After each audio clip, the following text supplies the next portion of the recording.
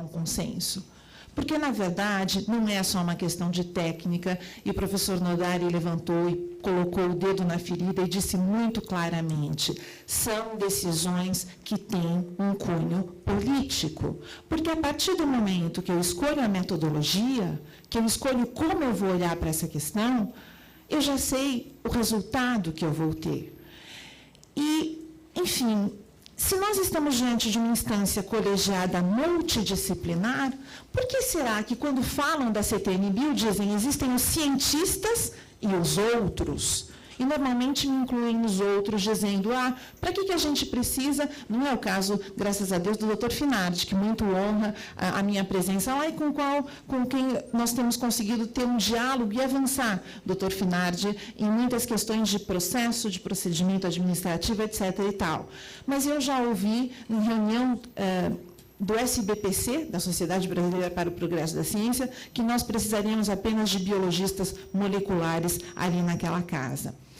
Enfim, técnico ou político? Eu diria técnico e político. E essas decisões, elas vinculam os demais órgãos da administração pública.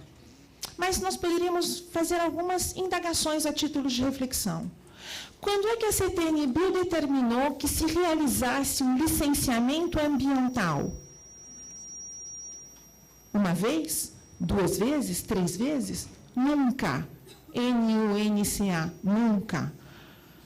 Quando é que a CTN-Bio, às vezes, tem uns problemas, assim, dizendo, bom, então nós vamos decidir uma questão. Não temos um quórum específico. Podemos decidir, então, apenas na próxima reunião? Pensamos até, e eu questionei o doutor Finardi, vamos criar, então, uma técnica do stand-by? Se nós não temos o quórum definido, votamos simplesmente na outra reunião? Isso se referiu a uma questão do sorgo. Posiciono e dou exatamente indico exatamente a questão. Mas é por isso que nós não conseguimos chegar a esse consenso. Isso porque, talvez, as questões referentes a implicações éticas e socioeconômicas não estão no campo de decisão da CTN-Bio. Não se considera o pacote tecnológico. Isso está fora. E, na verdade, a lei diz, e a lei é bem clara, né? Incumbe ao CNBS, sim, fazer esta análise das questões que se referem à conveniência e oportunidades socioeconômicas e interesse nacional. Não estou brigando com a lei, não estou dizendo a lei está certa ou está errada. A lei de biossegurança diz, incumbe ao CNBS. E quando é que o CNBS pode fazer isso? Quando ele avoca para si essas decisões, ou seja, quando os políticos brasileiros assumem a sua responsabilidade e dizem, aqui há um problema, aqui há questões socioeconômicas que devem ser consideradas, os impactos positivos da tecnologia, os impactos negativos da tecnologia, e como é que eu vou fazer esse balanço, como é que eu vou decidir.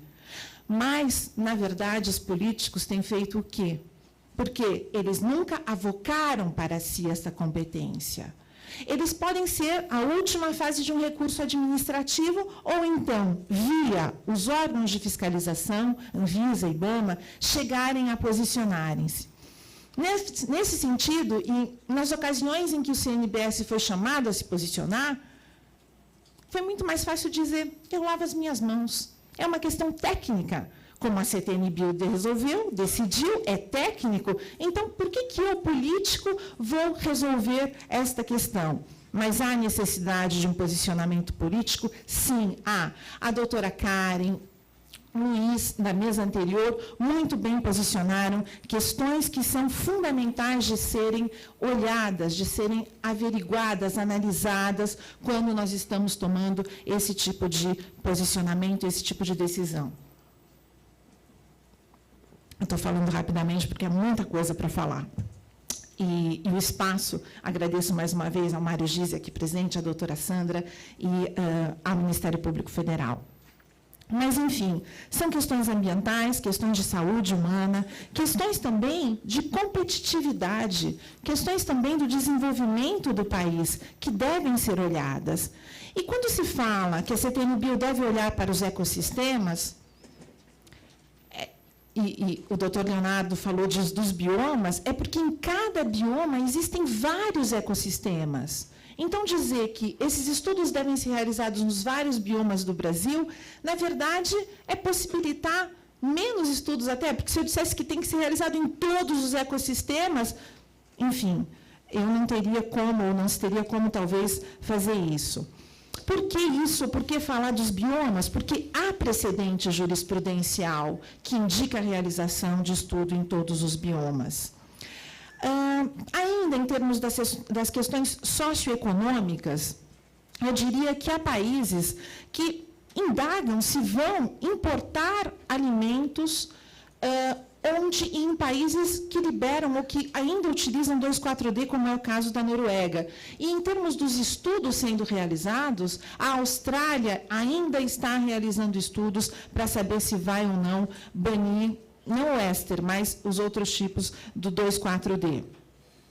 Em relação às implicações éticas, sejam das decisões, ou seja, em relação a como é o funcionamento da CTN-Bio. E aí eu gostaria de colocar as implicações éticas junto com a questão de publicidade e transparência. Quando nós dizemos que se toma uma decisão, e essa decisão para audiência pública são 2/3, ou seja, eu tenho que ter 2/3 dos membros da CTN-Bio dizendo realize-se uma audiência pública. E nós não tivemos nem metade dos membros da CTN-Bio dizendo precisamos de uma audiência pública. Para aprovação comercial, liberação comercial de um transgênico, mudou-se a lei em 2007 e eu preciso simplesmente de uma maioria simples, ou seja, 14 votos são suficientes para a liberação comercial de um transgênico nesse país. E quem decide, afinal de contas? Quem são os membros da CTN-Bio? Há estudos que foram realizados, há um dossiê que foi feito por uma jornalista, Verena Grass, que determina e indica alguns conflitos de interesses existentes no seio da CTN-Bio. Eu poderia, daí, passar para o meu último ponto, que seriam as sugestões de aprimoramento, tanto do funcionamento da CTN-Bio, quanto do funcionamento para as deliberações comerciais, que eu diria que seria nós termos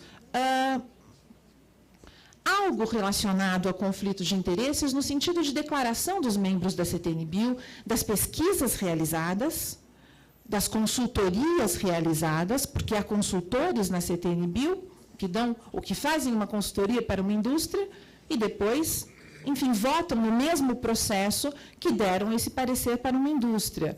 Então, isso talvez trouxesse uma maior transparência para a própria CTN-Bio e nos desse a indicação de quem é quem e quem está a fazer o quê. Isso também respeitando em respeito à lei de informações.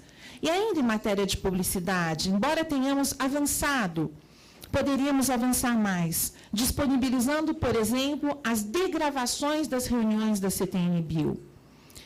E, no que diz respeito à transparência, há questões que dizem respeito à confidencialidade. Por exemplo, na última plenária, um dos membros da CTN-Bio indicou que uma instituição tinha pedido sigilo sobre uma tabela que mostrava o resultado de um evento transgênico que era inferior ao resultado de um não transgênico, supondo em vista da produtividade. Mas em outra tabela, e no mesmo processo, em que o resultado obtido no evento transgênico era superior ao parental, o sigilo não tinha sido solicitado. Ou seja, uma solicitação de sigilo de informação que contrariaria as campanhas de marketing da empresa. Há uma necessidade de que todos os dados que dizem respeito aos interesses coletivos, à saúde pública, à saúde dos cidadãos brasileiros, sejam colocadas, sejam abertas, que nós tenhamos acesso a essas informações. E, nesse sentido, as minhas sugestões para o aprimoramento, que foi o último ponto solicitado que eu falasse, dos processos de avaliação, de solicitação, de liberação comercial de transgênicos, dizem respeito à necessidade de incorporação nas discussões das questões socioeconômicas, ou, ao menos, se estas questões não foram incorporadas, que a própria CTN-Bio tenha a responsabilidade, que está nas mãos de seu próprio presidente, mas de indicar que esse processo, então, fosse para o CNBS, para que ali, então, se discutissem as questões socioeconômicas. Que fosse realizada um documento acerca de conflitos de interesse e que cada um dos membros da CTN-Bio indicasse claramente as suas pesquisas em curso, se tem ou não financiamento das empresas e se prestaram ou não consultoria para empresas de biotecnologias. A disponibilização das degravações das reuniões e, acima de tudo, a realização de estudos independentes. E, por fim, para terminar, eu gostaria de dizer que, na verdade, há documentos em matéria de alimentos ou da agricultura ecológica que fazem referência à necessidade de que seja, pouco a pouco, deixado de lado o uso de agroquímicos, como é um documento da FAO, da Conferência de Agricultura Orgânica de 2007, ou ainda um documento da UNCTAD de 2009 e 2010, que recomenda que os governos estimulem o uso de diferentes formas de agricultura sustentável, entre elas a orgânica, a de baixo uso de insumos externos e o manejo integrado de pragas que minimizem o uso de agrotóxicos. Isso pode ocorrer de um lado e, por outro lado, também a aplicação da súmula vinculante nos processos de liberação planejada no meio ambiente da CTN-Bio, se respeitada, pois é uma súmula vinculante, podem nos trazer dados não apenas agronômicos, mas dados a respeito dos impactos ambientais e dos impactos à saúde humana que podem existir em relação ao uso desses transgênicos. Obrigada.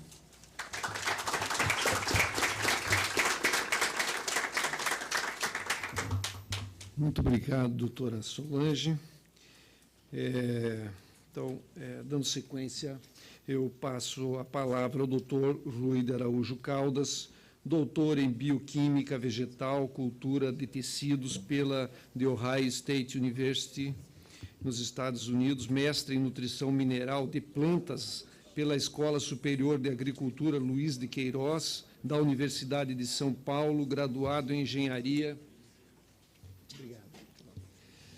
Graduado em Engenharia Econômica pela Escola Superior de Agricultura da Universidade Rural do Estado de Minas Gerais, atual Universidade de Viçosa, Federal de Viçosa. Atuou como professor da Universidade de São Paulo, Universidade de Brasília, Universidade Federal de Viçosa, Universidade Federal de Goiás e Universidade Católica de Brasília.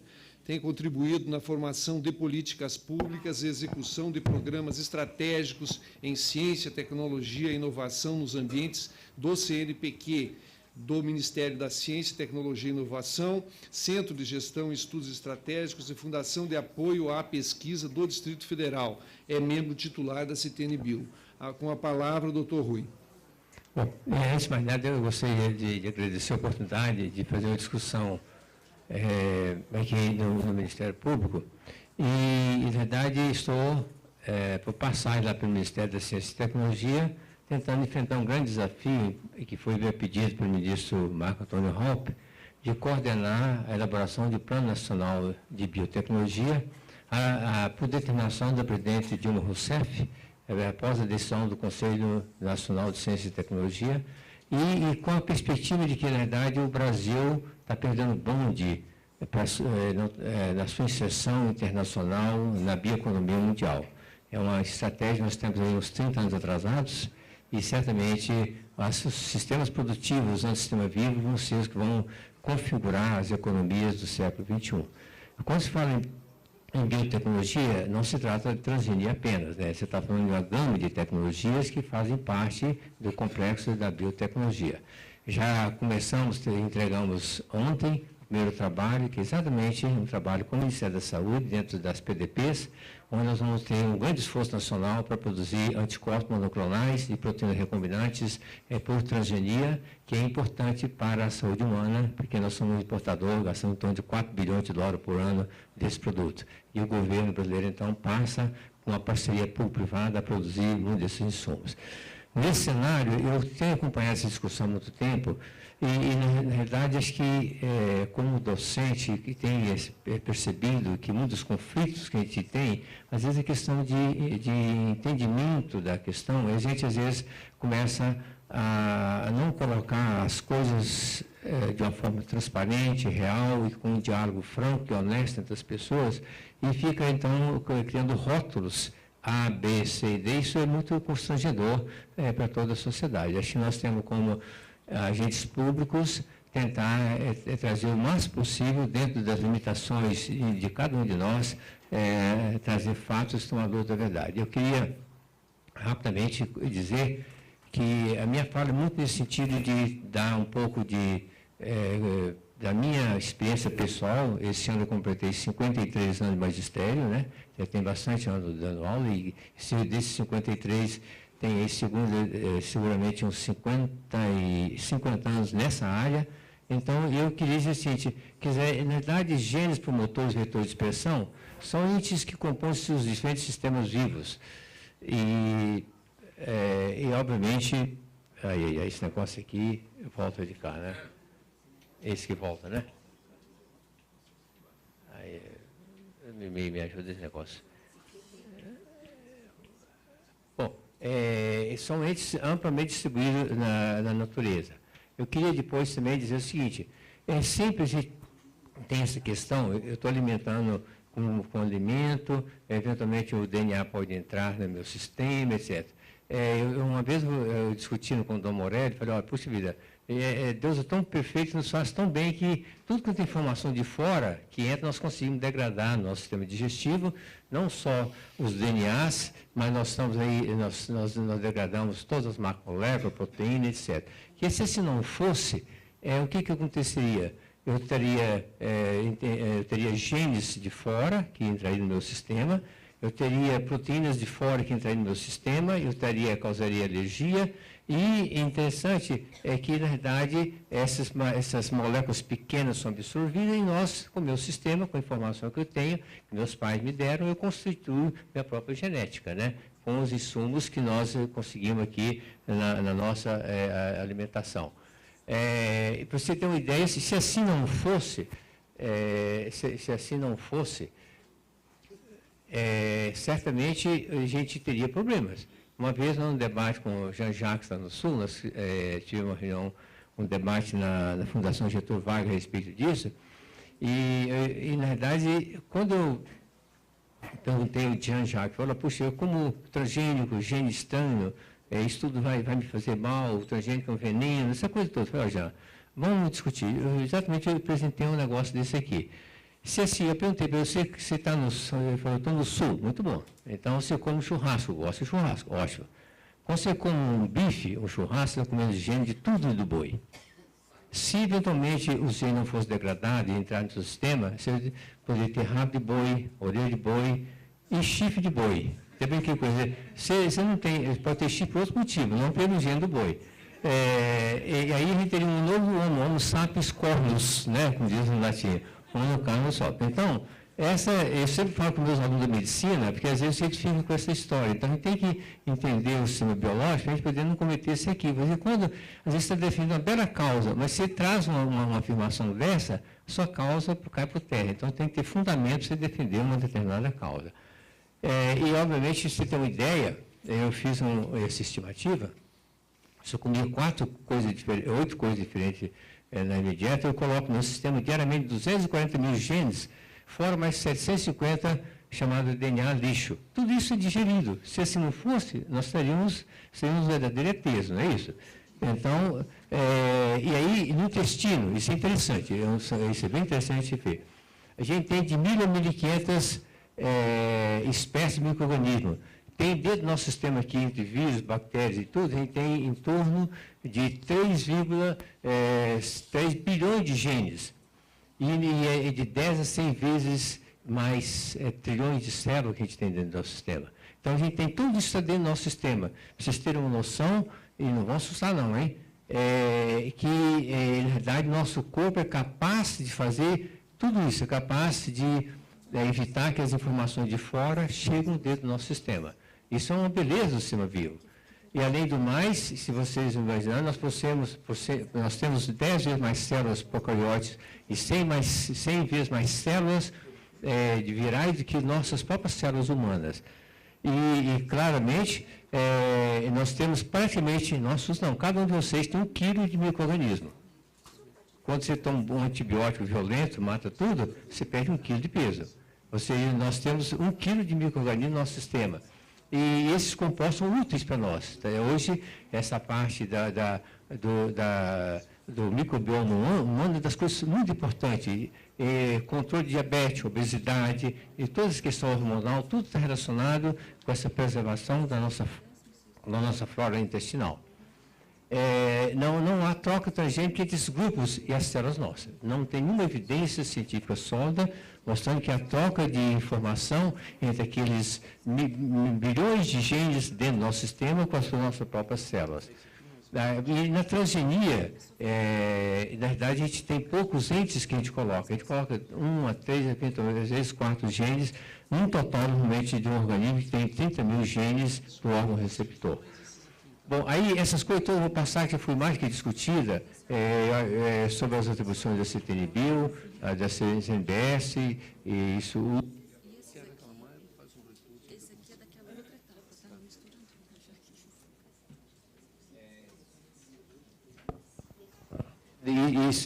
misturando. Os papéis de cada agente foi a segurança da construção. Primeiro, isso eu queria debater um pouco sobre isso, que às vezes quando você discute essa construção é insegura. Vamos ver alguma discussão a respeito disso aqui. Por exemplo, no caso em pauta, que é exatamente o do 24D, a gente tem essencialmente 2 genes colocados, tem outros genes, mas eu vou discutir esses 2 aqui. 2 genes, um de uma dioxigenase, que degrada o 2,4-D dentro da própria planta, é a razão pela qual é resistente ao 2,4-D, que quando o 2,4-D entra na planta, ela tem foi inserido na planta esse gene dessa bactéria, Delphitia acidovorans, que é amplamente distribuída na natureza. E no caso do milho, foi o gene da dioxigenase AD1, que confere resistência ao 2,4-D, isolado da bactéria Sphingobin herbicidophorans. Então, inclusive, ela é encontrada no solo e ela degrada 2,4-D dentro do solo. Então, são estruturas proteicas, e nós sabemos que tem aquela preocupação. Eu tenho, digamos, dentro milhares de proteínas, eu coloco uma proteína de fora. Será que aquela proteína vai causar alergia ou não? É uma preocupação lícita. O Codex estabeleceu aqui alguns dos critérios, que é o seguinte: as proteínas, para ser, tem que ter pelo menos acima de 35% de homologia estrutural com as proteínas alergênicas conhecidas. Então, essa é a base científica fundamental. Empresa nenhuma é louca de colocar uma proteína que seria alergênica, porque se pusesse a alergia aí na larga mais da população, certamente isso viria a público, e certamente o Ministério Público, em cima dele, o valor das bolsas de ação, lá na Bolsa de Ação, cairia brutalmente, a empresa estaria quebrada e os senhores estariam demitidos. Nós sabemos que essa é a lógica do sistema empresarial. No mundo do 2,4-D já foi bem discutido, também no Brasil, eu não vou... então, eu queria o seguinte: eu até conheci com o meu garejo, a gente trocar algumas informações a esse respeito, e discutir com várias pessoas. Talvez está faltando no Brasil algumas coisas, e a minha proposta final, de maneira muito objetiva, que talvez precisaria ter um grupo de pesquisa para desenvolvimento de agrotóxico, que é a sugestão, pode ser na Embrapa ou qualquer outro núcleo, sobretudo com uma perspectiva que foi já discutido aqui, tem que ter agrotóxico que seja o mais, com a maior margem de segurança possível. O 2,4-D é uma molécula antiga, as empresas certamente estão trabalhando para desenvolver outras estruturas, mas nós sabemos que temos lógicas do sistema vivo que eu posso ter, por exemplo, conhecer a alelopatia, ou seja, como é que uma planta se defende da outra. talvez pegar algumas moléculas nesse sentido e você colocar no sistema e fazer um esforço nacional grande. Aqui é onde eu vejo uma chance do Brasil competir. Na indústria da química fina é muito difícil o Brasil ser competitivo industrialmente, mas talvez nessa área aqui nós pudéssemos ser bem competitivos. E também eu acho que isso é muito importante, desenvolver projetos de pesquisas e programas de formação de especialistas em monitoramento de OGM. Esse sim é um grande salto para o Brasil e aumentar a nossa competência, até para que tenha segurança nas decisões que nós vamos tomar daqui para frente. Baseado na premissa de que esse desenvolvimento da biotecnologia, essa bioeconomia mundial é que vai, na verdade, conduzir os destinos da humanidade no século XXI, em função de que a produção na área química, nós sabemos claramente, foi comentado aqui do petróleo, né? Claramente, quando eu vou lá no fundo do mar, sugo o petróleo, boto no carro a diesel, se a exaustão é muito rica em dioxina, como é também quando você faz um belo churrasco, né? Você acha que está comendo muito bem, aí aquelas gorduras com as temperaturas de 300 graus, em torno de 200, 300 graus no mês, você pode fazer estruturas de dioxina. Então, a gente tem que ter a inteligência de achar o melhor possível para o país e, sobretudo, para o desenvolvimento das nossas indústrias nacionais. Essa é a contribuição que eu podia dar para esse debate. Obrigado.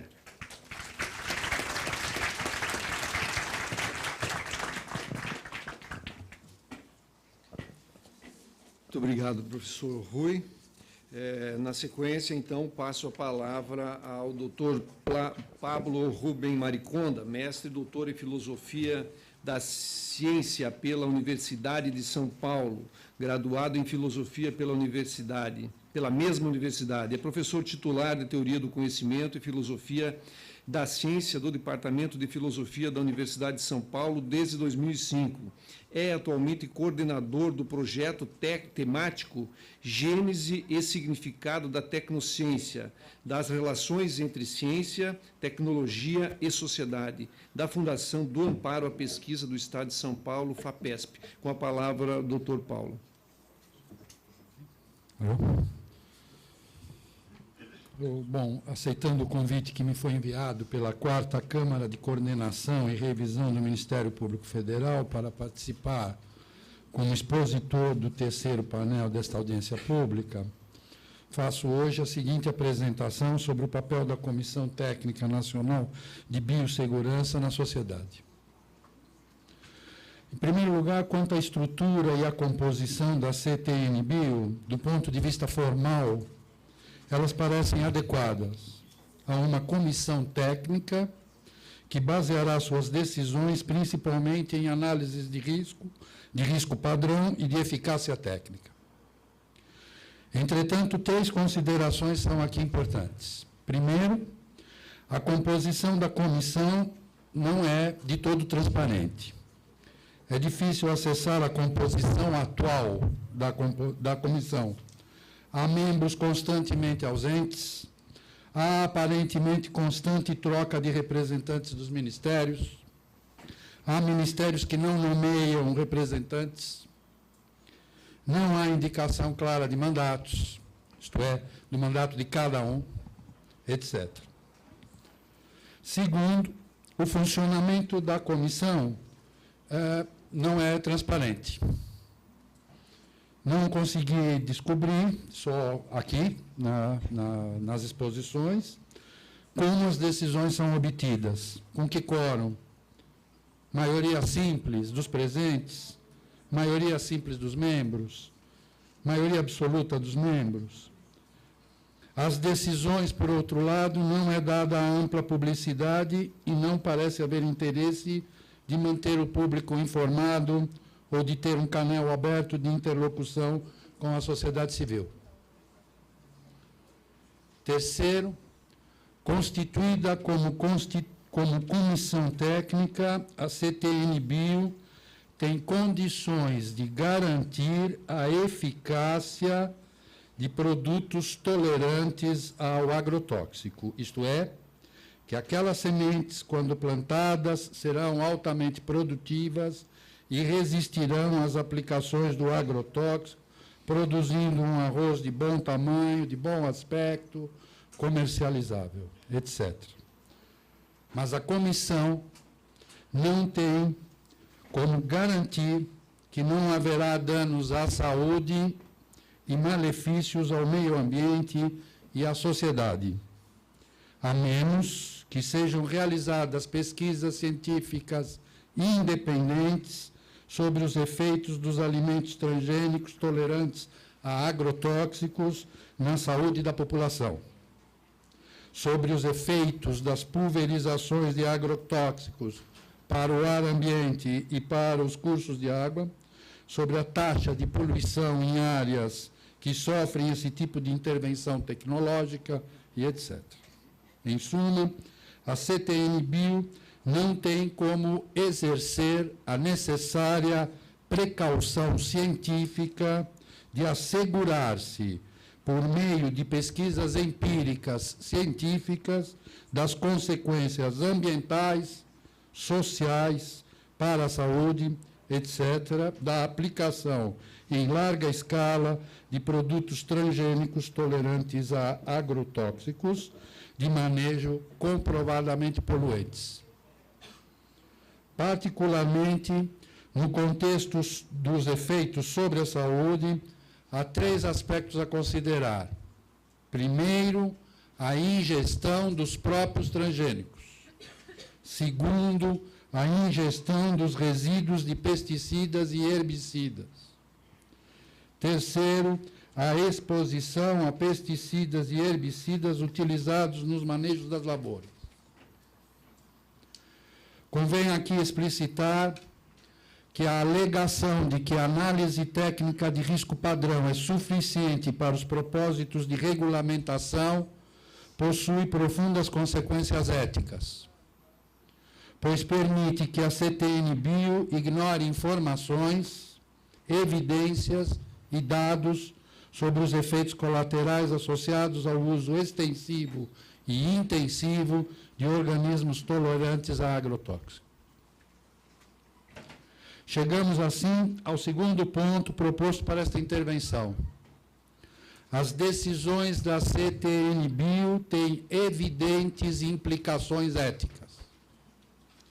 É preciso aqui ter consciência de que a técnica, e principalmente a tecnologia, possui a característica ambivalente de causar benefícios e malefícios.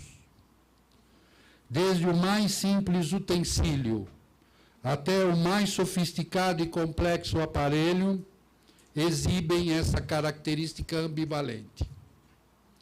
Isso significa que, do ponto de vista ético, os cientistas e tecnólogos estão obrigados a analisar cientificamente não só os benefícios resultantes da eficácia da aplicação, mas também os possíveis malefícios causados à saúde, ao ambiente e à sociedade.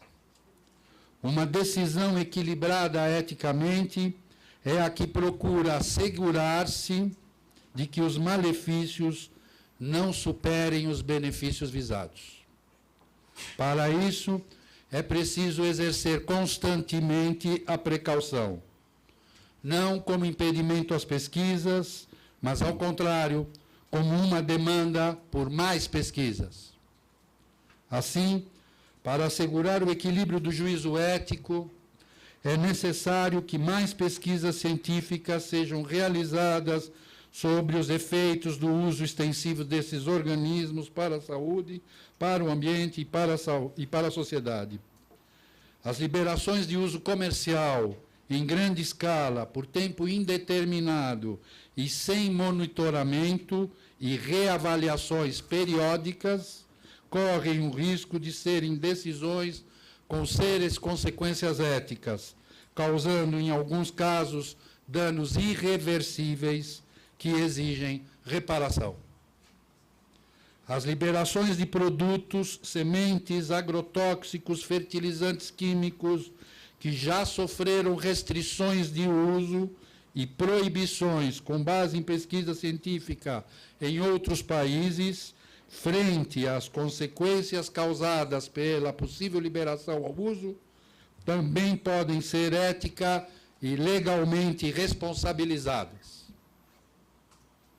Terceiro ponto, de outra ordem, mas não menos prenhe de gravidade, são as consequências socioeconômicas da liberação de organismos transgênicos tolerantes a agrotóxicos.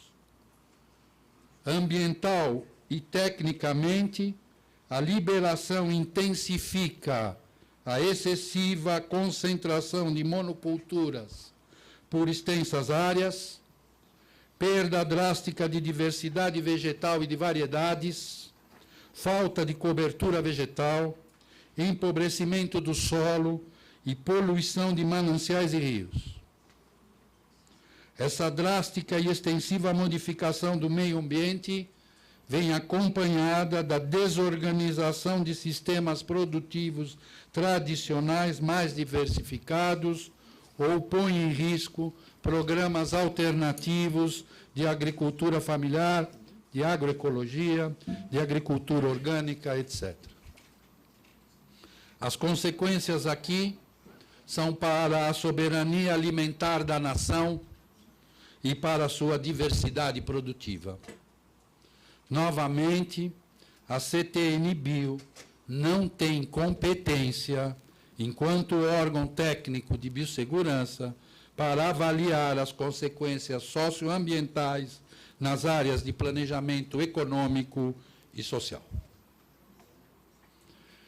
Em vista do exposto, proponho como aprimoramento dos processos de avaliação da CTN-Bio a constituição de um sistema bicameral, constituído pela CTN-Bio nos moldes atuais, corrigidos os inconvenientes apontados acima, na qual são obtidas avaliações técnicas de eficácia produtiva e comercial das sementes transgênicas, e por uma segunda Câmara, chamada Câmara de Acompanhamento, responsável pelas audiências públicas de informação, por campanhas de esclarecimento, pelas apelações de decisões em face de novas pesquisas científicas sobre as consequências ambientais e na saúde, ocasionadas pela produção poluente dessas colheitas e pela ingestão acumulativa dos alimentos transgênicos tolerantes a agrotóxicos. Essa Câmara poderá, por exemplo, questionar formalmente uma decisão da CTN-Bio, toda vez que essa decisão não for tomada de maneira transparente.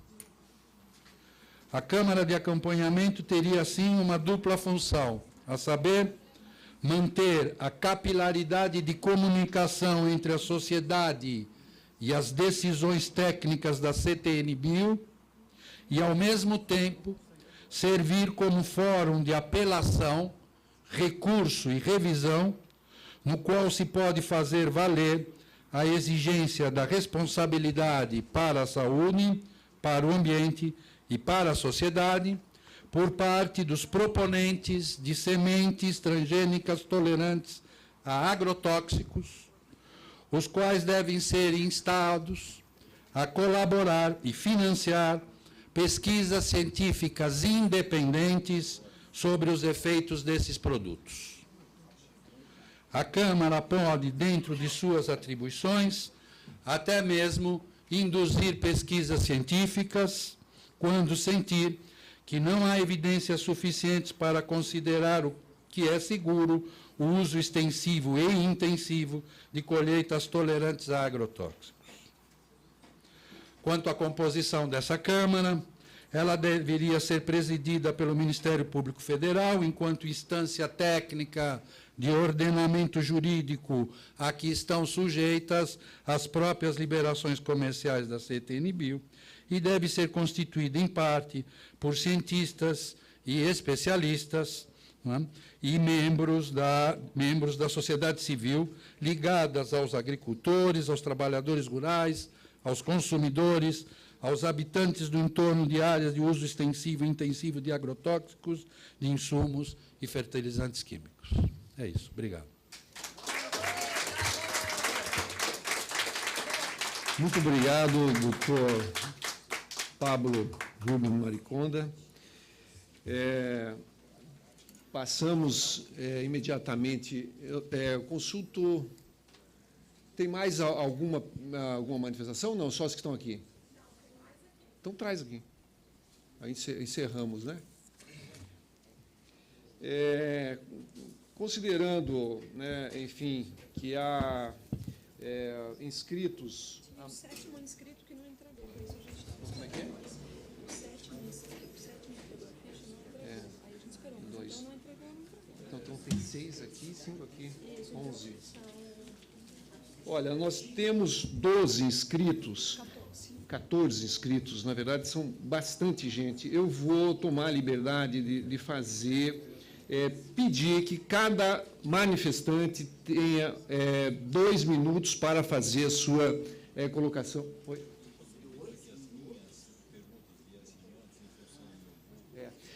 Tá ótimo. Então, em razão do horário do doutor Flávio, aqueles que tiverem perguntas dirigidas a ele, ou manifestações dirigidas à CETENIBio, então vão ter a preferência para inscrição, sendo que também já pediu o doutor Leonardo, que também parece que tem voo.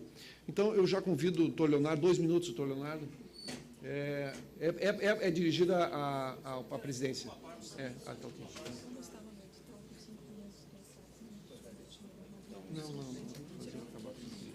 Não. Na verdade, eu queria retomar a primeira mesa, atendendo à manifestação do representante da CNA, que menciona que uma agricultura eficiente preserva o ambiente e alimenta o vivente, e salienta que os agricultores querem ser desafiados para darem melhores respostas à sociedade. Então, eu gostaria de fazer 2 desafios, um é para a CETENIBio, o outro é para a produção, mas, antes disso, e rapidamente, queria fazer um comentário sobre coisas que nós escutamos aqui que merecem uma reflexão. Nós escutamos que uma planta de buva por metro quadrado reduz em 40% a produtividade da soja. Talvez os senhores não saibam, mas uma planta de buva por metro quadrado implica em 10 mil plantas num campo de futebol. E quando você fala assim, uma planta de buva reduz tanto a produtividade, talvez os senhores não tenham ideia do que a pessoa realmente disse. Ela fala em 10 mil plantas por um campo de futebol. E isso só acontece agora, quando a buva se tornou resistente aos herbicidas associados a essa tecnologia. Isso era algo que não acontecia, era inimaginável uma densidade dessas. Quando você fala também que existe uma parcela do DNA, que é o DNA lixo, você está afirmando que nós não conhecemos determinadas funções do DNA. E não conhecermos determinadas funções do DNA dá uma ideia da nossa arrogância na discussão desse ponto, onde nós falamos, por exemplo, que o papagaio é o principal problema da agricultura do Brasil. A pergunta que eu queria fazer são 3. Então, tem uma que seria para o doutor Pablo Mariconda. Doutor Pablo, a CETENIBio é uma instância reguladora que avalia, como falou o doutor Flávio Finardi, caso a caso, as tecnologias que são apresentadas. Existem outras instâncias reguladoras que também avaliam as propostas caso a caso. Entretanto, na CETENIBio se observa um fenômeno de 100% de eficácia das propostas das proponentes. Existe algum precedente semelhante em algum outro campo do conhecimento, onde 100% das propostas de inovação sejam aprovadas? Para o presidente da CETENIBio, o meu desafio seria o seguinte: como nós avaliamos, caso a caso, de forma eficiente e produtiva, todos os processos que chegam na CETENIBio, por que não veiculamos online as reuniões plenárias da CETENIBio, que são abertas para que a sociedade possa se sentir tranquila com o nível das discussões que lá se procedem? E o desafio para o agronegócio é que procure trabalhar ou considere a possibilidade de trabalhar com o mesmo nível de apoio que a agricultura familiar e a agroecologia recebe. Sendo tão eficiente, com certeza não precisa desse desproporcional apoio relativamente ao que é oferecido para a agricultura familiar e para o agronegócio. Obrigado.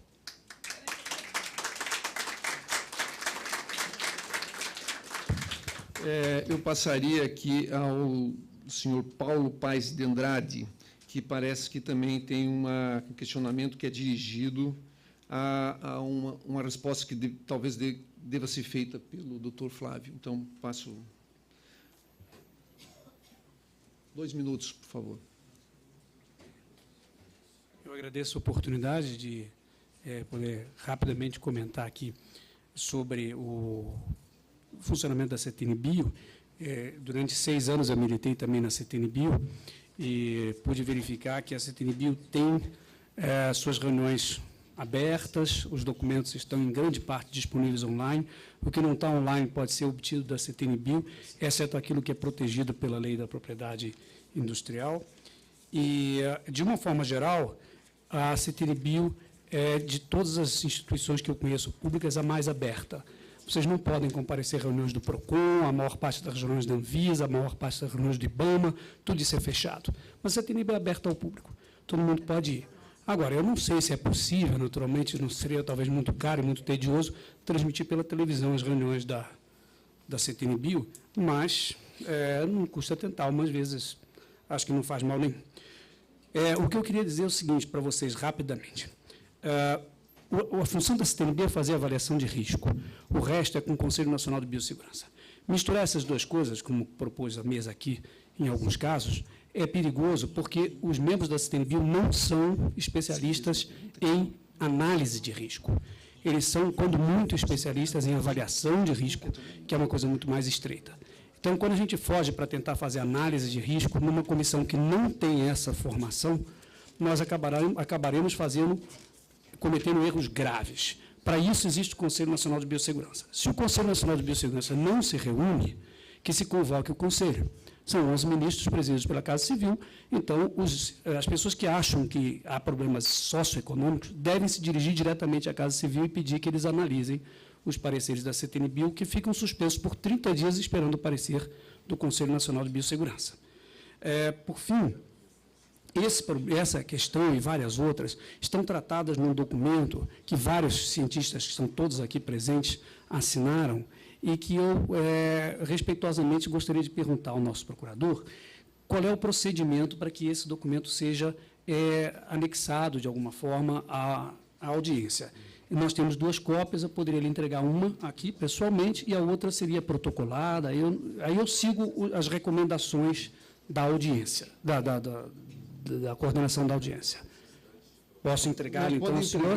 Eu acho que entrega para um servidor aqui, você já faz o protocolo. Pronto, e aí já está resolvido. Então, esse documento está assinado aqui por todos nós e esclarece essas questões que, muito brevemente, eu toquei aqui e eu fico satisfeito que o senhor tenha acolhido o documento. Muito obrigado. Muito gosto. Obrigado.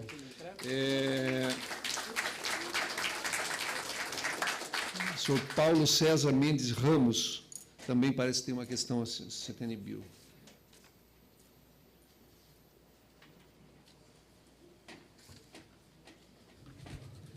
Bom, eu sou membro da CETINI-Bio, eu sou funcionário do Instituto Chico Mendes, especialista em meio ambiente, e estou há quase 2 anos na CETINI-Bio, e o que eu quero trazer aqui é apenas um pequeno depoimento da minha impressão, né, do que eu vejo na CETINI-Bio, porque era o tema aqui da mesa.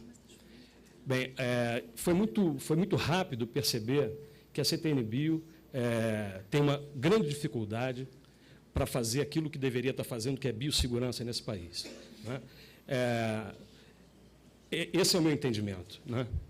E, digamos assim, as dificuldades são inúmeras, e eu não vou aqui entrar em todos os detalhes, mas uma coisa bastante simples, por exemplo, no primeiro dia que eu cheguei para começar a iniciar a minha atividade na CETINI-Bio, eu não encontrei ali algo preparado para receber um técnico que nunca trabalhou dentro de uma casa como essa, que vai lidar com biossegurança, não é? Nunca trabalhou com biossegurança. Eu tenho formação em ecologia, engenharia florestal, tenho a minha experiência profissional, mas não havia trabalhado ainda com biossegurança. E assim são muitos que lá estão, com exceção daqueles que trabalham em laboratórios de biotecnologia, que lá estão.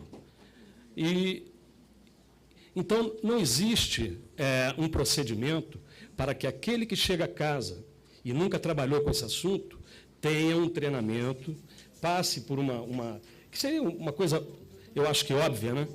E, bom, esse é um ponto, não é, de uma falha muito grave que eu considero da CETINI-Bio, não é esse despreparo das pessoas que chegam lá, porque a casa não prepara quem chega, né? Quer dizer, não existe uma formação de biotecnologia nesse país.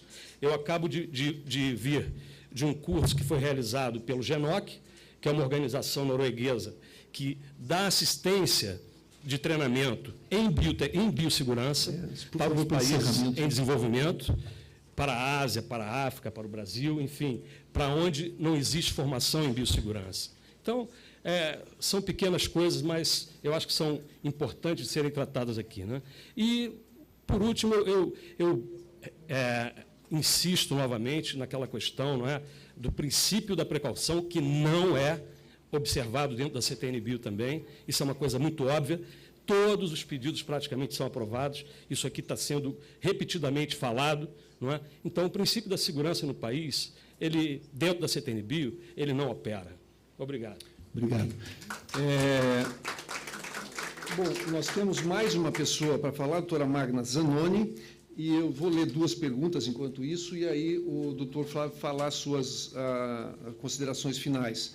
A pergunta aqui é de Luísio Borém, que diz o seguinte: tem havido questionamento do MPF sobre a transparência das ações da CTN-Bio. Como o senhor poderá defender a CTN-Bio nesse aspecto?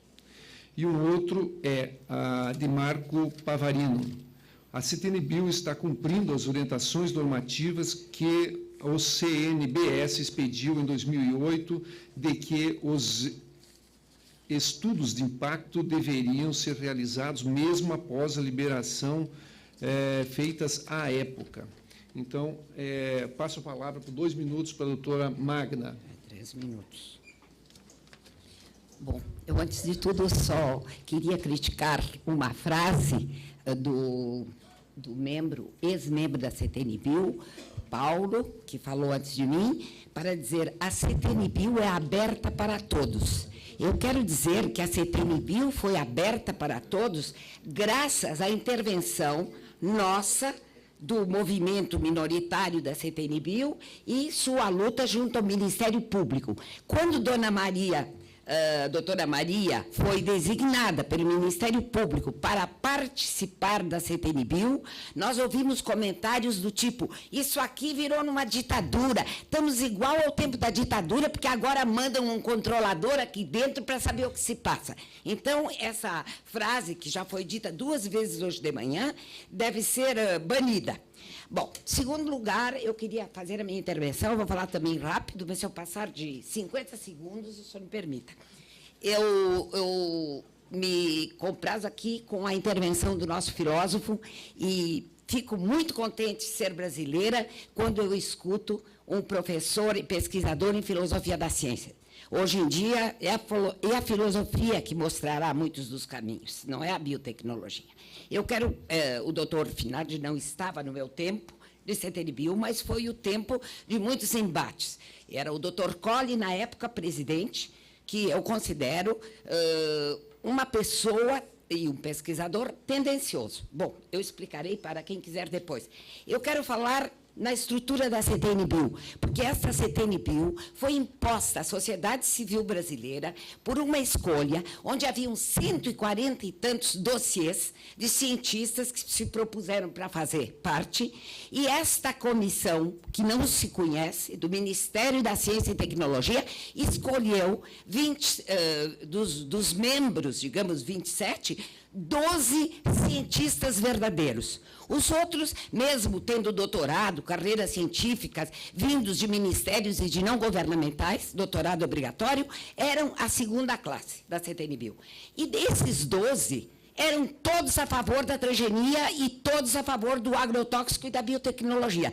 E eu me pergunto qual é a transparência dessa comissão. Segundo lugar, eu vou falar no funcionamento, porque eu participei 4 anos dessa CTN-Bio, e eu tenho provas pelos pareceres que eu dei. Por exemplo, a Monsanto não fazia mapas geomorfológicos, fazia mapas estratigráficos onde não se via as curvas de nível. Então, não permitia saber se a água corria de um lado para o outro e se de um lado e de outro haviam rios, riachos ou populações florestais. Então, isso é um dos exemplos, tem muitos. Tem um outro exemplo, que é uma missão que eu realizei lá no sul do Rio Grande do Sul, nos arrozais, onde a Singenta, né, despejava a água que vinha da experiência realizada com arroz transgênico num lago cheio de pássaros e cheio de vegetais. E isso não nos foi mostrado. Exigimos, fomos a pé, e aí o responsável da Singenta nos acompanhou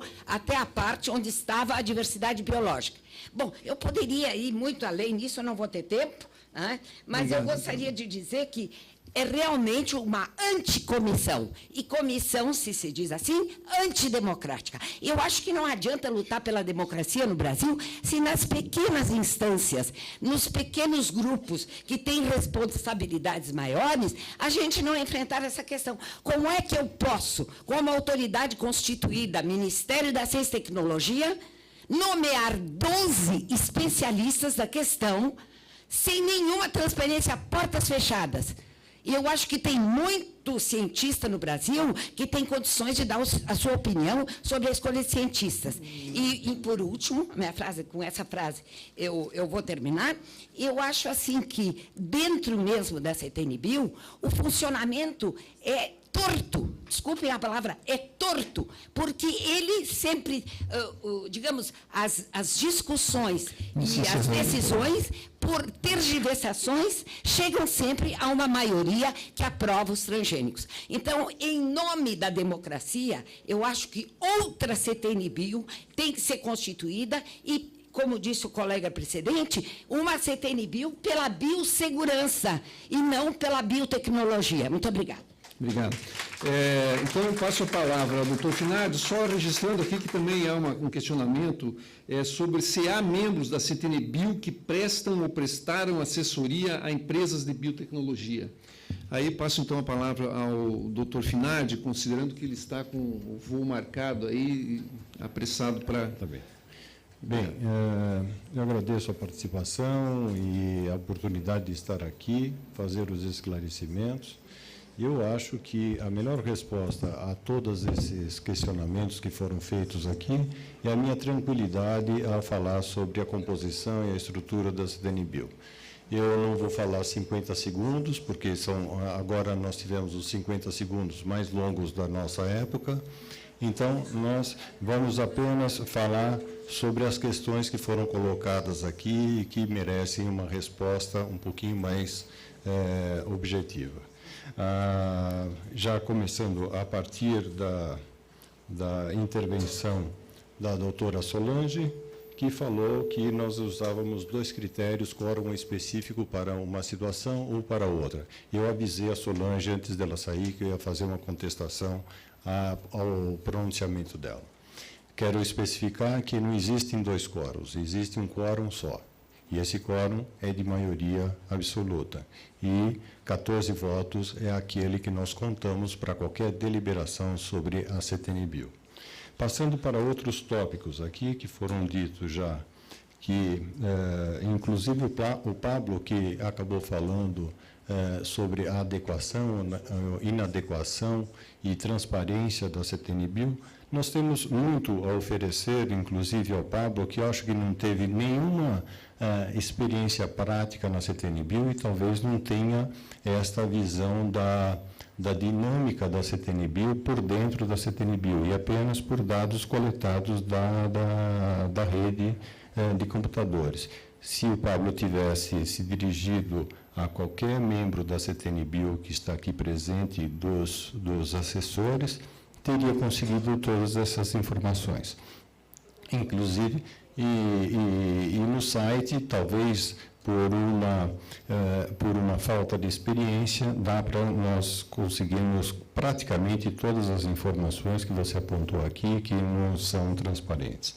Então, o nosso papel é muito tranquilo aqui em falar sobre a CTNBio, sem paixões, sem emoções, como foram levantados aqui por alguns que me precederam.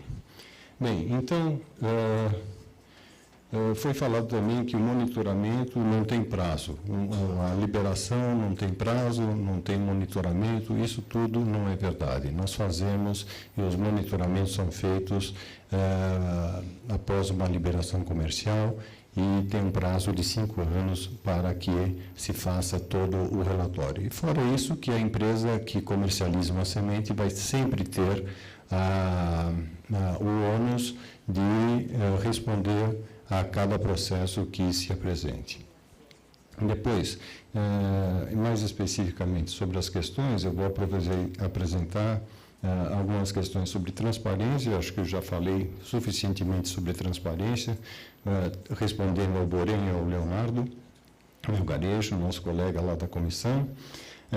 O Paulo Andrade, não preciso fazer nenhum comentário, porque ele não me questionou quanto a isso, simplesmente fez um depoimento.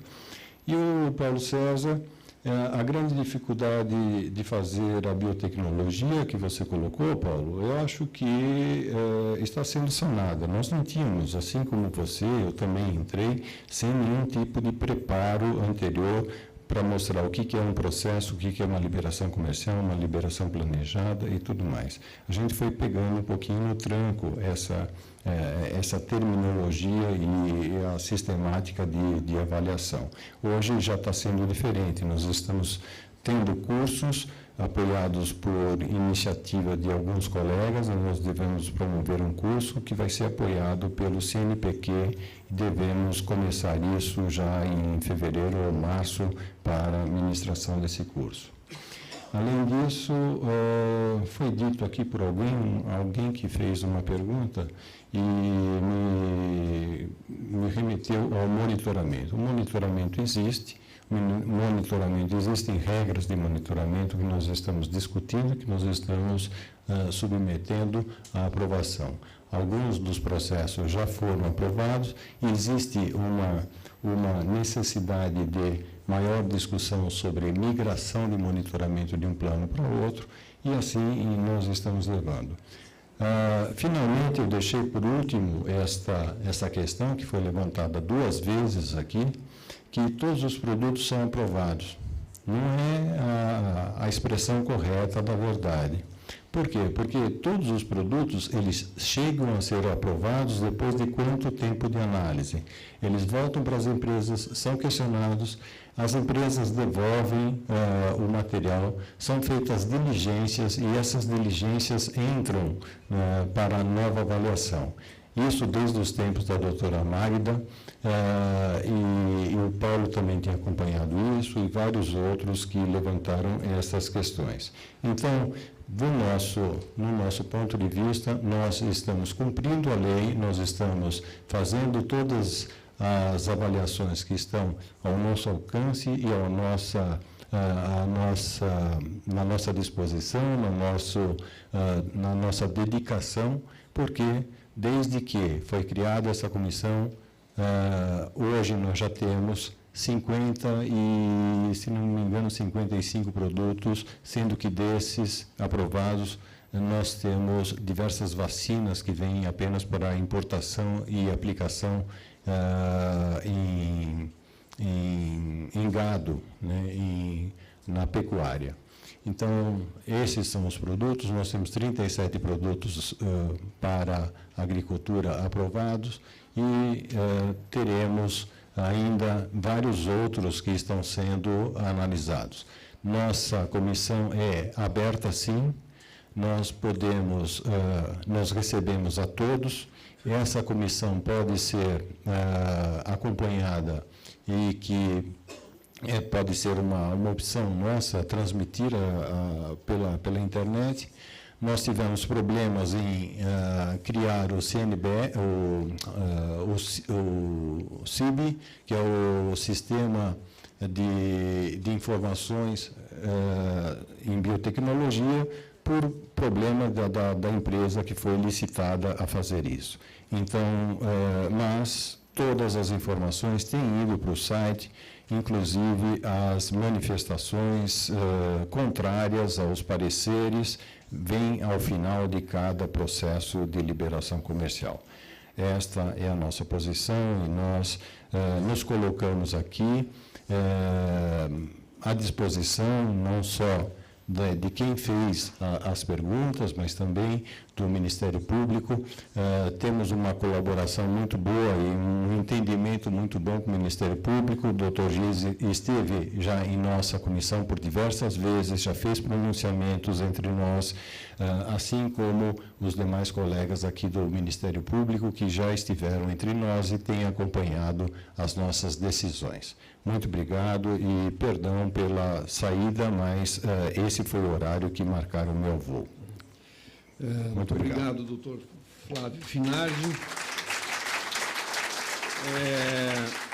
Enfim, certamente ainda faltam algumas questões que vão ser trazidas e provavelmente, de alguma forma, a CTN-Bio será abordada, porque esse é o tema desse painel. Mas eu reconheço que os horários estão um pouco atrasados. Pois é, exatamente. Não, eu posso falar isso. Da assessoria às empresas de biotecnologia. Não. Isso, se algum membro tem algum contato com uma empresa que tem um processo em andamento, ele se exime de votar nesse processo. Assim como quando nós analisamos processos de nossa própria unidade de ensino e pesquisa, por exemplo, no meu caso, lá na Universidade de São Paulo. Evidentemente que se vier um processo que o Pablo Mariconda venha a formular para a nossa comissão, ele, como é de outra unidade, eu posso dar um parecer. Outro dia foi até questionado, só para vocês terem uma ideia de como é que são questionadas a nossa participação ética, que eu não poderia assinar um documento que era da própria USP, e eu questionei, inclusive, aquele membro e falei, bom, então prove que eu fiz isso. E o que ele estava questionando? Justamente uma assinatura do presidente da CTN-Bio. Era essa, quer dizer, por dever de ofício, até isso eu tenho que deixar de fazer. Assinar um documento final, um parecer técnico, um parecer conclusivo da CTN-Bio. Isso não é possível.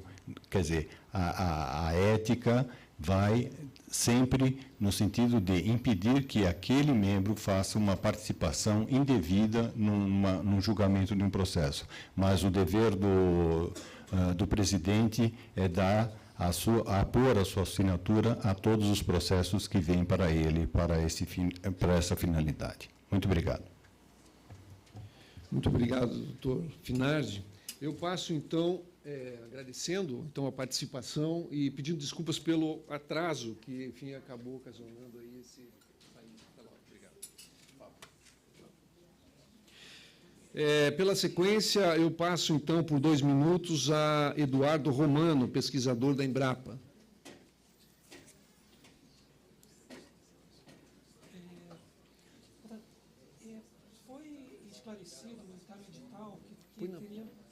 Foi esclarecido e está no edital que os 5 primeiros inscritos teriam 4 minutos. Mas a mesa decidiu, dado o volume de demandas que tem, em diminuir esse tempo para poder propiciar a participação de todos, então, que seria uma forma mais democrática. Então, o senhor tem 2 minutos para se manifestar. Eu pediria para ver se fosse possível atender o edital. Acho que não teria problema nenhum, mais 2 minutos. O senhor poderia começar a falar, e se for o caso, a gente prorroga um pouquinho, mas o tempo é esse. Vai ser difícil, porque eu tinha preparado para 4 minutos. Bom, eu sou pesquisador da Embrapa. Trabalho há 18 anos na Embrapa, onde eu venho trabalhando em projetos, coordenando projetos, desenvolvimento de plantas transgênicas e coordenando projetos de biossegurança. A minha preocupação hoje é que eu vejo que existe uma clara articulação para modificar o sistema de aprovação de OGMs no país, retirando o papel central que a CTN-Bio possui hoje. E está bastante claro que isso é uma tentativa de bloquear as liberações de plantas comerciais, todas as plantas comerciais, e voltar a um cenário que nós tínhamos antes de 2005, antes da aprovação da Lei de Biossegurança. Claramente, existe uma tentativa, um propósito de reduzir o processo de suposto oligolipolização de empresas multinacionais no mercado de sementes e reduzir o uso de agrotóxicos associados às plantas tolerantes a herbicidas. Por isso, existe essa clara articulação para tentar modificar a estrutura de aprovação comercial de transgênicos no país hoje. E eu fico bastante preocupado, e eu gostaria que vocês refletissem, que essa tentativa de tirar o papel central da CTN-Bio não vai ser ter apenas aquelas consequências, mas vai ter uma série de consequências para o setor público, como vocês veem aqui, outros produtos que não têm nada a ver com agrotóxico. Por exemplo, a Embrapa está desenvolvendo plantas tolerantes à seca. Existem várias iniciativas nesse sentido. Aqui vocês veem plantas transgênicas de um lado, aqui plantas não transgênicas, sob um regime de seca, e as plantas transgênicas bastante tolerantes. Eu mesmo coordeno um projeto onde isolamos um gene de café e fazemos a patente junto com a FRJ, ou seja, tudo pelo setor público, e estamos introduzindo esse gene que confere tolerância à seca em várias culturas comerciais. E vocês imaginem a importância que tem, os benefícios ambientais, sociais e econômicos que tem produtos tolerantes à seca, né? Como cortar o meu tempo, eu não vou falar muito das vantagens, mas vocês podem imaginar umas plantas tolerantes à estiagem, qual a aplicação que teria, principalmente para as áreas mais carentes do país. Também estamos desenvolvendo plantas com mais produtividade, aqui vocês veem plantas transgênicas, modelo, simplesmente elas têm mais sementes. Então, vocês imaginem que plantas com maior produtividade, nós podemos ter maior produção na mesma área e evitar o avanço da fronteira agrícola para áreas de alta biodiversidade. Isso é o futuro, mas vamos falar sobre a realidade atual. Hoje nós temos, a Embrapa desenvolveu um feijão transgênico resistente ao vírus do mosaico dourado. Esse feijão já teve aprovação da CTN-Bio, é um produto, e vocês veem que quebra 3 mitos frequentemente veiculados contra a transgenia. Esse é um produto desenvolvido pela Embrapa, senhor procurador, é um produto todo desenvolvido pelo setor público, é um feijão, ou seja, um produto para os pequenos produtores, não é para commodities, e permite reduzir mais de 30 aplicações de inseticida por safra. Hoje estamos vivendo aqui o vazio sanitário, que todos conhecem, por causa desse vírus. Esse projeto, quero que chame a atenção do seguinte, esse projeto ficou parado por 2 anos antes da aprovação da Lei de Biossegurança. Esse outro projeto foi da minha tese de doutorado, que são plantas de batata transgênicas, resistentes a essa virose, você vê as plantas transgênicas e as não transgênicas sob a infecção do vírus. E esse projeto também ficou parado 2 anos. E por que ficou parado 2 anos? Aliás, esse outro projeto, eu poderia citar vários projetos do setor público que foram paralisados antes da Lei de Biossegurança. Esse é um projeto que é uma rede de biossegurança da Embrapa, com mais de 100 doutores trabalhando, com todos os estados aqui, e nós estamos fazendo exatamente o que constantemente nós somos criticados. Nós não fazemos avaliações de biossegurança. E nós estamos impedidos de fazer avaliações de biossegurança. E por quê? Porque antes de 2005, nós tínhamos todos esses órgãos que davam pareceres sobre biossegurança, tanto para pesquisa quanto para comercialização. E a verdade é que é o seguinte, esses projetos ficaram paralisados, quando chegavam alguns desses órgãos, simplesmente nós não tínhamos autorização para trabalhar. Isso causou um atraso, esse é o último slide, isso causou um atraso do setor público, senhor procurador, causou um atraso que até hoje nós não recuperamos.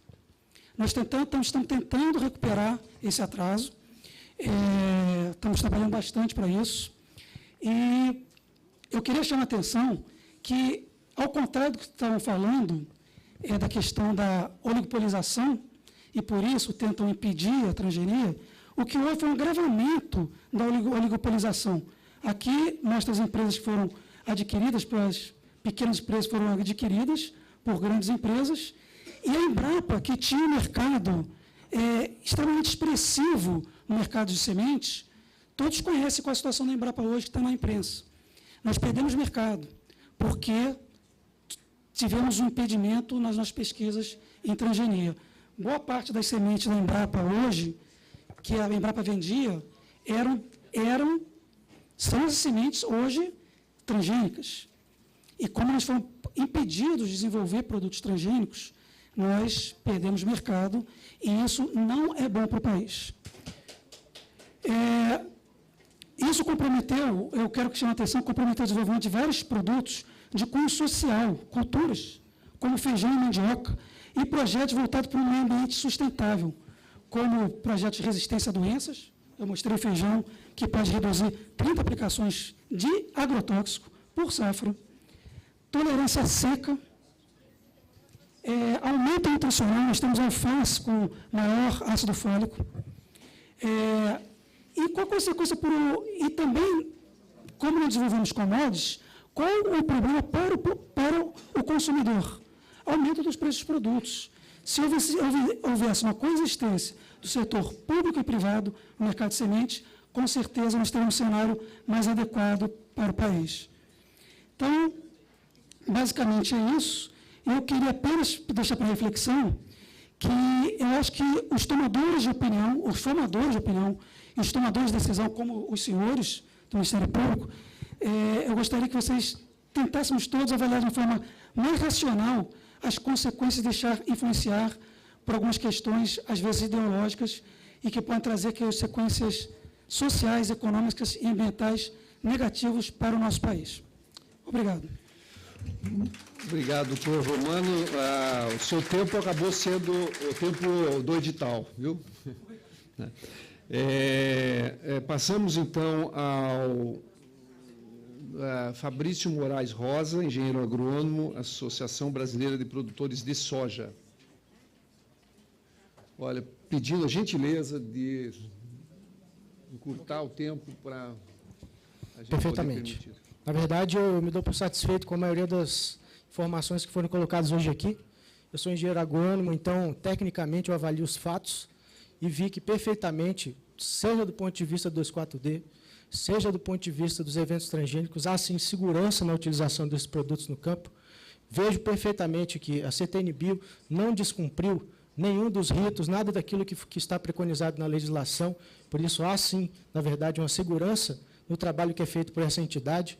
E, na verdade, fica uma incógnita para nós que, na verdade, nós estamos olhando para o futuro da agricultura.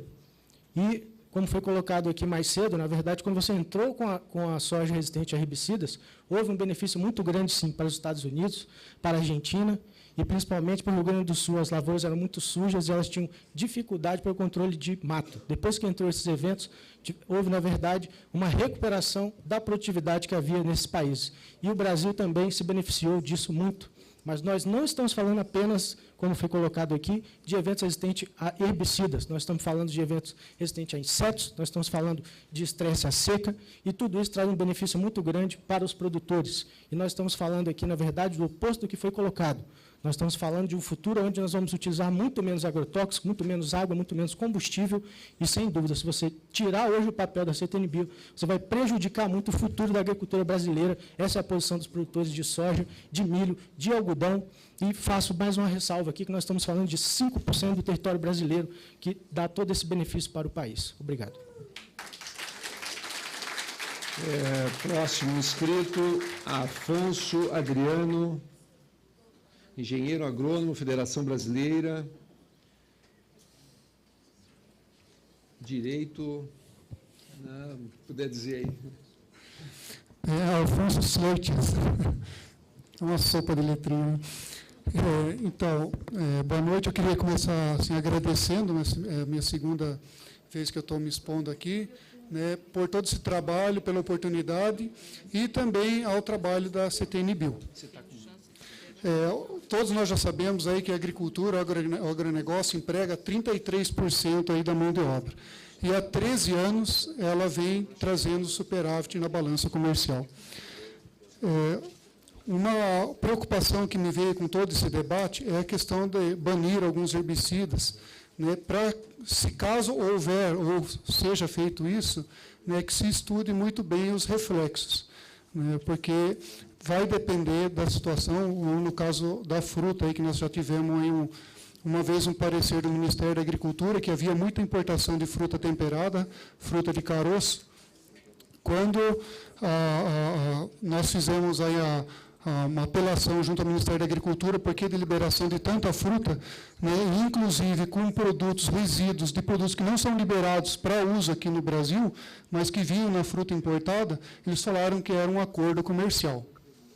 Então, se nós tivermos que deixar de usar algum herbicida ou algum transgênico, de repente nós vamos ter que pensar em trabalhar em alguma proteção, né, para os produtores, uma proteção comercial.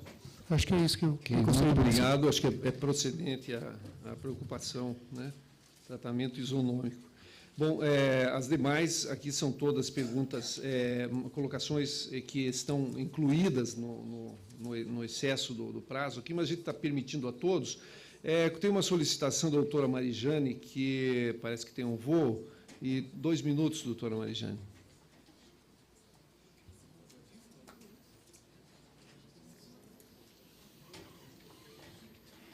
Doutor Mário Guiz e demais presentes, eu vou tentar resumir em 3 lições que eu tirei dessa audiência pública. Em primeiro lugar, ela era necessária. O doutor Rui, lá, quando votou contra a audiência pública, disse assim, vai se tornar um palco para agitação política. Em primeiro lugar, é difícil separar política de ciência, a gente está vendo aqui. E não é mal, faz parte. Então, a audiência era necessária. E tanto era necessária que nós tivemos uma série de cientistas aqui, professores, que, pelo visto, suas universidades pagaram suas passagens para eles virem assistir. Eu paguei a minha. É lamentável que a CTNBio não pagasse as passagens dos seus próprios membros. Eu sei de outros membros que quiseram vir e não puderam vir porque não tinham recursos. Eu aproveitei o 13º. Fiquei num péssimo hotel essa noite por causa disso. Bom, então, em primeiro lugar, era necessária e é pouco. A gente precisa de mais audiência pública. Segundo, ela mostra que existe e continua existindo uma profunda divergência em relação aos efeitos do ponto de vista da biossegurança e dos efeitos sobre a saúde. Não só se divide a comunidade, nós vimos aqui cientistas falando em uma direção como noutra, como, inclusive, o grau de divergência parece profundo. Eu, como socióloga, representante dos consumidores, não acho que a CTNBio possa se pronunciar a favor de liberar com este grau de divergência. Se eu penso o que é o princípio da precaução, e ele diz que ele deve ser aplicado em situações em que há insegurança, não há suficiente clareza, esta é a situação. Essa audiência mostra isso. Não há acordo a respeito mínimo. Nós podíamos ter uma divergência pequena, podíamos, inclusive, ter uma divergência que, com o tempo e com o debate, fosse sanado. Não é isso. Então, está muito no começo para se aprovar. Terceira conclusão. A CTNBio não é um órgão adequado para esse tipo de decisão. Ela não inclui os saberes populares.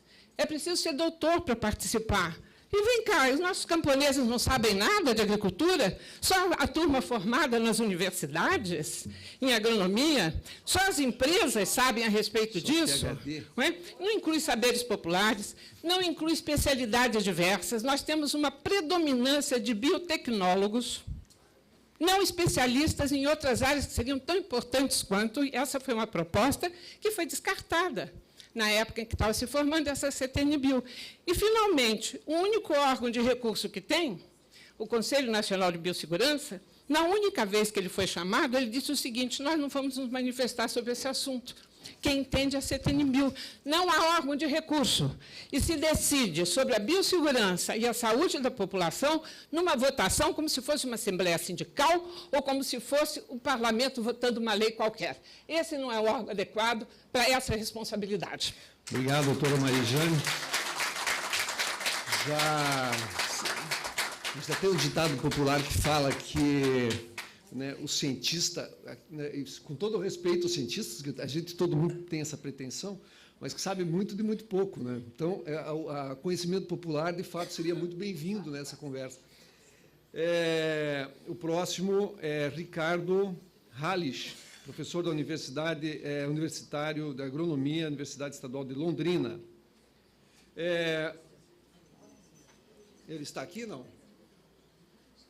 Bom, não estando, passo o seguinte, José Tibúrcio de Carvalho Filho, técnico agrícola, cooperativa dos produtores de Catuti, coordenador do projeto de retomada do algodão no norte de Minas. Também acho que já saiu. Gustavo de Assis Carneiro, Instituto Pensar Agropecuária. Também não está. E Marciano Silva. Marciano. Esse está. 2 minutos, Marciano. Isso. Boa tarde. Primeiro, eu quero agradecer por esta oportunidade, né? A minha entidade é a Associação Nacional dos Pequenos Agricultores. Ela é uma das entidades que teve que entrar na justiça para ter acesso às plenárias, né? Assistir às plenárias da comissão. E foi uma das entidades também que demandou ao Ministério Público, então eu agradeço por esse espaço aqui, tendo em vista que a comissão negou a oportunidade de se fazer debate sobre a liberação de cultivares resistentes 2,4-D. Eu quero fazer minhas as palavras da doutora Marijane, que acabou de sair, né? E, se possível, doutor Pablo, quero subscrever a sua fala também, né?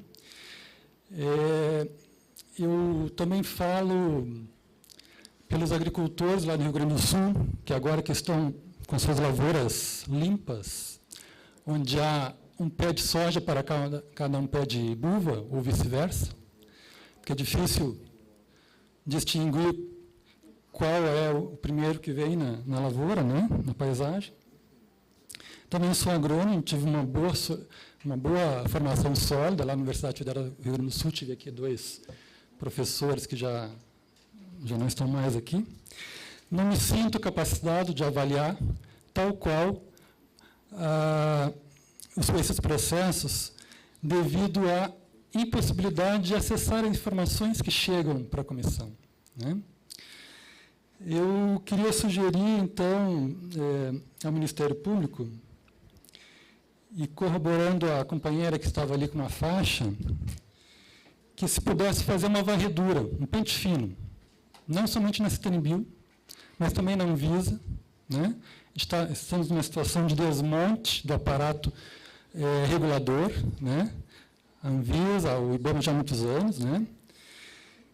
E queria dizer para os céticos, ou os crentes, que nós, camponeses, né, que estão vivendo e morrendo intoxicados pela exposição, que sequer, em sua maioria, fazem parte das estatísticas, porque trabalham na lavoura, são pulverizados e lá morrem, e de lá simplesmente entram no caixão e vão para a sua última morada. Que nós não acreditamos na crença de Dédalus, né, lá, lembrando a metodologia grega, e que esse processo que está sendo conduzido por este sistema, né, que bem lembrou o Dr. William hoje pela manhã, né, o bom trabalho que a CETENBio faz para a indústria, né, a gente está chegando já numa fase de esgotamento tecnológico.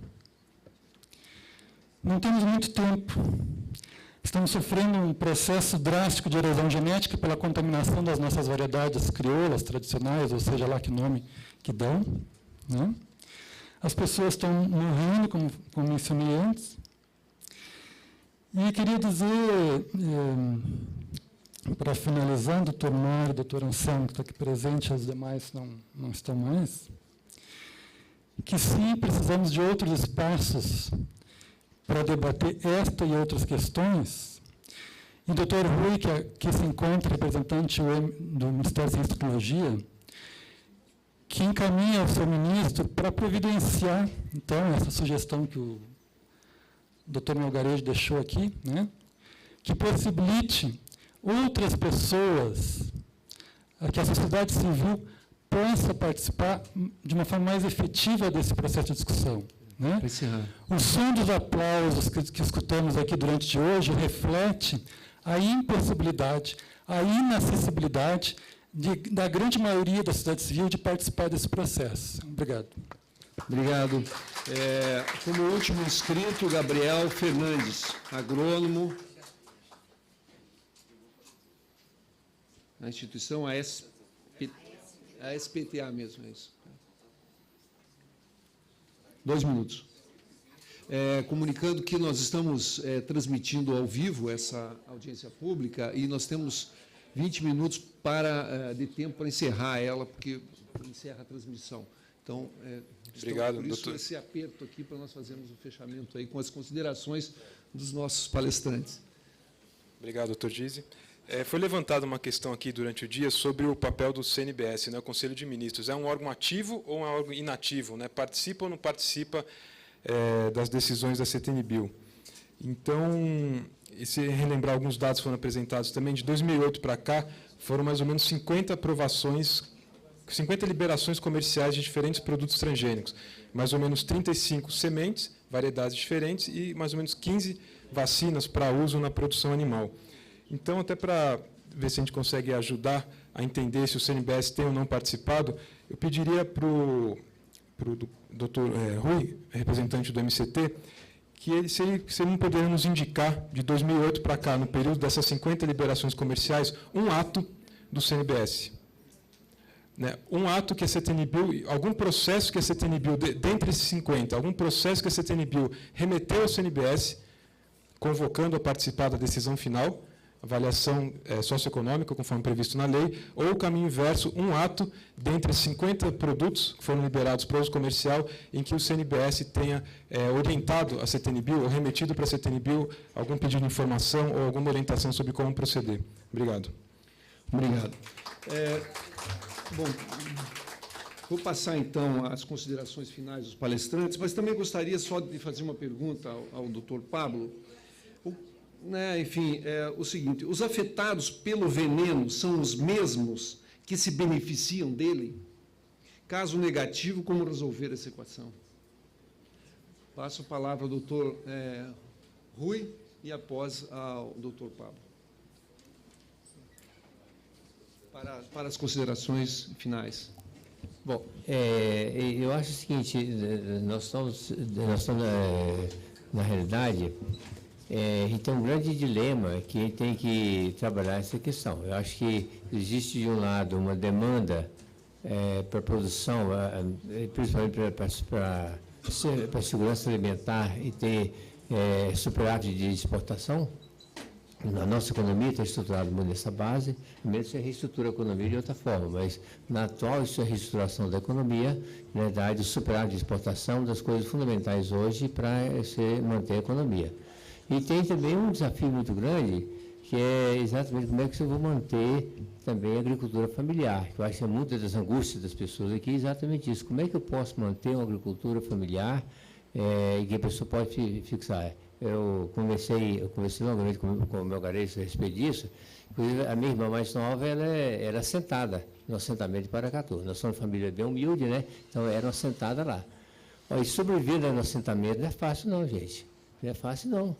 E as políticas públicas não estão dando esse apoio necessário para os assentamentos. Não existe, na realidade, uma política pública que traga tecnologia para o assentamento. Porque o oposto que se imagina, em termos da política pública séria, eu acho que todos os órgãos que tentam, que devem também dar um olhar no governo, é que, na verdade, precisa de uma política pública para os pequenos produtores. Acho que talvez muitas angústias nossas que a gente expressa, exatamente isso. Você vê, fala-se em reforma agrária, mas como eu vou, pessoalmente vou, lá nos assentamentos, é uma tristeza. Tem gente que vive comendo calango, né? Quer dizer, imagina um negócio desse.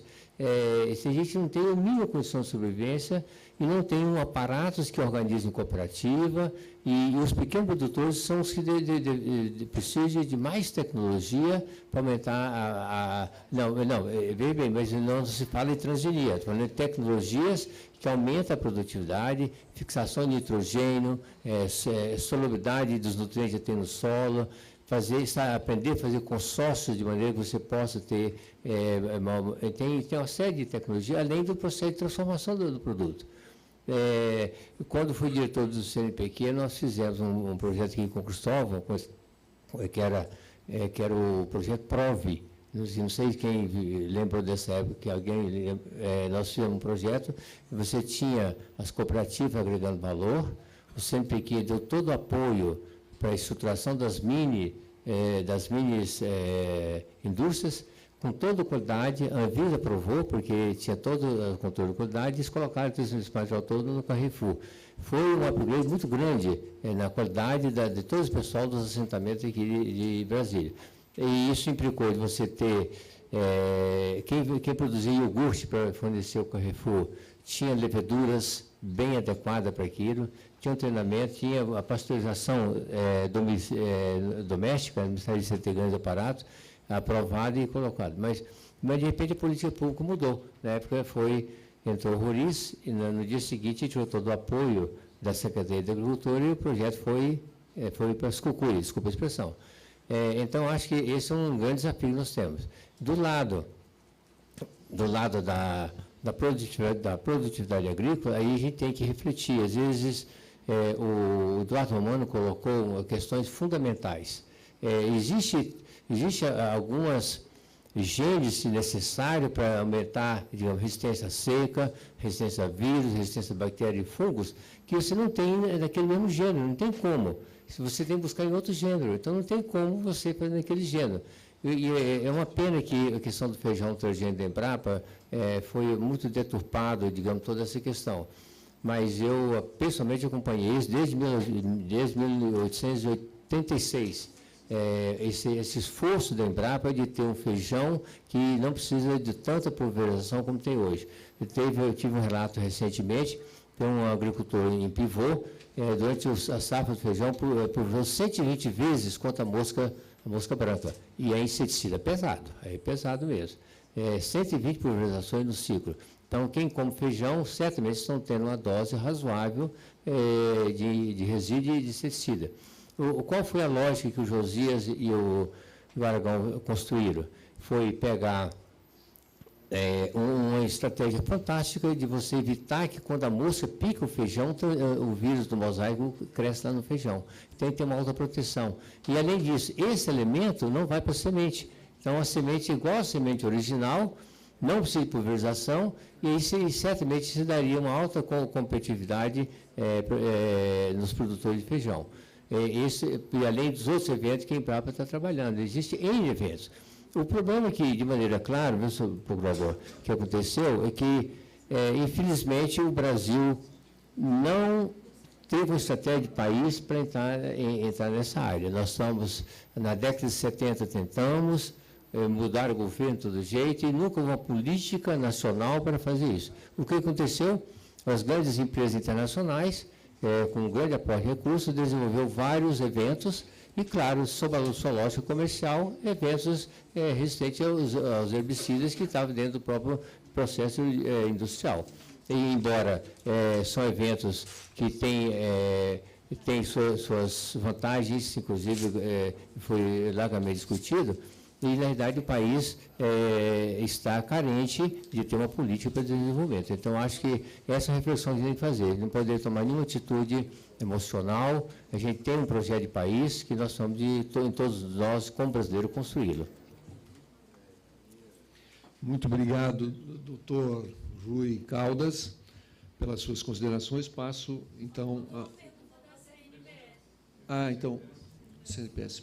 Olha, você pediu os números, eu não tenho, porque eu estou há pouco tempo no sistema, né? Então nós vamos pegar essa informação. Eu peço ao pessoal do CTNB, depois ele pode formalmente, se for o caso, enviar aqui para o Ministério Público. Né? Eu não tenho essa informação, eu sou calouro na CTNB, como muita gente é calouro agora, tá bom? Ok, obrigado, doutor Rui.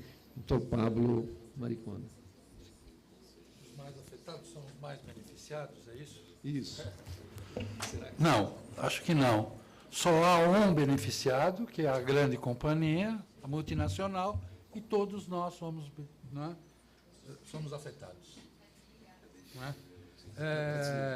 Na verdade, essa é uma tensão, o que nós estamos tendo no mundo contemporâneo é uma tensão entre, vamos dizer, a ciência e a tecnologia. Não é? É assim, o nosso melhor produto, o produto da racionalidade humana, é aquilo que põe em risco a própria humanidade. Não é? Então, é um regime constituído por patentes, por segredos, por interesses comerciais, que visa só o lucro.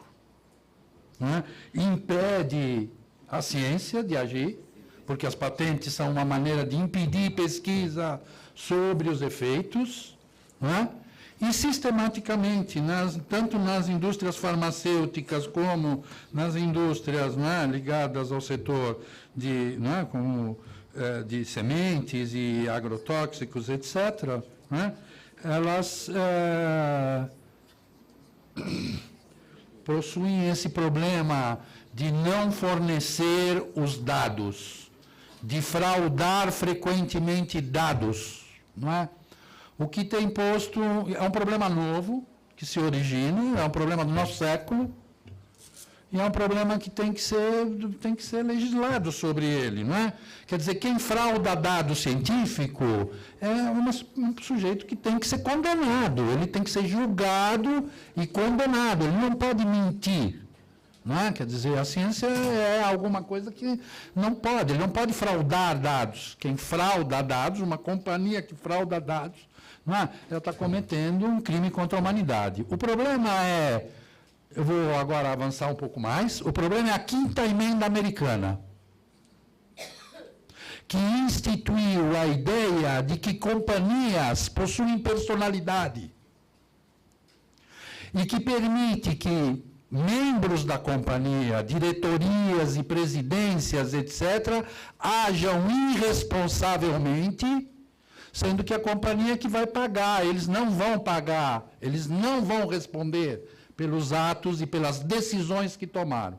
Muitas vezes tomam decisões com base em documentos científicos que eles sabem que são decisões que condenam muita gente à morte.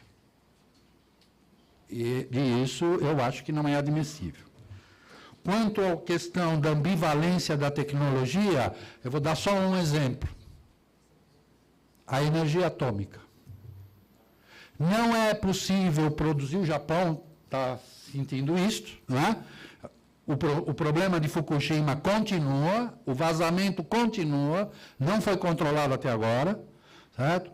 Põe em risco sério risco, a sobrevivência de todo o Japão. Não é? Então, quer dizer, e mostra bem isso. Quanto mais avançada for a tecnologia, mais esse imbricamento entre benefício e malefício se dá. No caso da energia atômica, é claro. Não é possível fazer nada para o bem em energia atômica sem fazer o malefício consequente, isto é, sem produzir o lixo atômico de 4.000 anos, 2.500 anos, e ainda correr o risco de um vazamento, por exemplo, numa usina. Então, é isto, não é? Eu acho que é a questão. E a questão, então, é esse embate entre a tecnologia e a ciência nas nossas sociedades científico-tecnológicas.